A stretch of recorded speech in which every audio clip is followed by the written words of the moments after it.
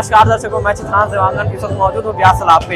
ये भी सुबह के 4 बज रहे हैं, जहाँ जो श्रद्धालु हैं, जो व्रती है, वो अपना सुबह का अर्घ देने के लिए आ चुके हैं। उगते सूरज की पूजा करने के लिए, छठ मैया की पूजा करने ब्यास तालाब के घाट पर सुबह के समय पे भी काफ़ी भीड़ है और उत्साह अभी भी लोगों में है। भीड़ कम नहीं हुई है सुबह के कारण। और मेरे पीछे देख सकते हो, जो श्रद्धालु हैं अभी भी टुकड़ी लेकर आ ही रहे हैं पूजा करने के लिए। कितना उत्साह लोगों में देखने को मिल रहा है। जितनी भी व्रती है वो छठ पूजा पर पहुंच चुकी है सूर्य देव को अर्घ देने के लिए। और अगर बात करें छठ घाट की व्यवस्थाओं की, तो गोताखोर बराबर हैं और पुलिस प्रशासन भी दबा के सिक्योरिटी दी गई है। इस बार किसी भी चीज़ की कमी नहीं रही गई है। जो समिति है उसके द्वारा भी अच्छी खासी सजावट की गई है और साथ ही जो यहाँ पर पूजा करने वाले श्रद्धालु हैं उनकी भी काफ़ी उत्साह देखने को मिला है। जैसा कि मैंने आपको बताया कि पीछे हमारे ब्यास तालाब का घाट है और जहाँ पर आज का जो दिन है वो आखिरी दिन होता है छठ पूजा का। ये चौथा दिन है जहाँ व्रती उगते सूरज को अर्घ देकर इस उपवास को खत्म करती है। छठ पूजा के दिन ये काफ़ी बहुत ज़्यादा विशेष माना जाता है छठ पूजा के लिए। और इसके साथ आपको पूरा छठ पूजा में घाट देख सकते हैं कि श्रद्धालुओं की कितनी भीड़ है। आप मेरे पीछे देख सकते हैं कि श्रद्धालु जो है वो बैठे हुए हैं और जो व्रती है वो अभी पूजा पाठ कर रही है। इसके बाद सूर्यदेव को अर्घ दिया जाएगा। जब सूर्यदेव उगेंगे तो अभी पूजा कार्य करेंगे, उसके बाद पाठ करेंगी और उसके बाद पानी में उतर कर सूर्यदेव को अर्घ देंगी। हमारे पीछे छठी मैया की मूर्ति है। ये मूर्ति आज से नहीं, पिछले कई सालों से ये मूर्ति यहाँ पर स्थापित की जाती है।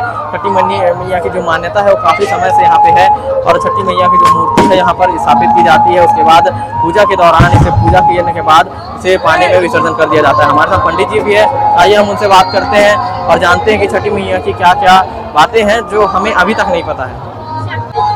पंडित जी, ये जो छठी मैया की मूर्ति है कब से यहाँ पर बैठाई जा रही है?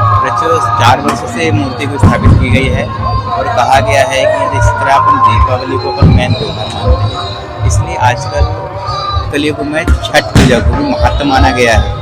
जिस तरह पार्वती जी, शंकर भगवान छठ माता की पूजा की गई, इसलिए कहा गया है कि कलयुग में सूर्य भगवान दूसरा अग्नि देवता को साक्षात माना गया है। तो सूर्य भगवान को अर्घ देने पर सभी भक्तों की मनोकामना पूरी होती है। जो उत्तर भारत के लोग हैं, यूपी बिहार के लोग, उनके जीवन में छठ पूजा का क्या महत्व है?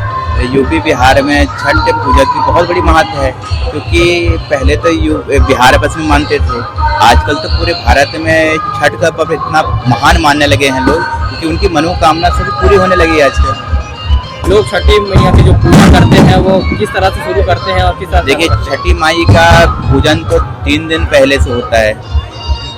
पहले तो नहाए खाए, इसका खरना, सभी को भोजन कराना, प्रसाद वितरण करना और शाम के समय डूबते सूरज को अर्घ्य देना और उसके 1 दिन बाद उगते सूरज को अर्घ्य देने पर सभी भक्तों की मनोकामना होती है। ये छठ पर्व का महत्व है।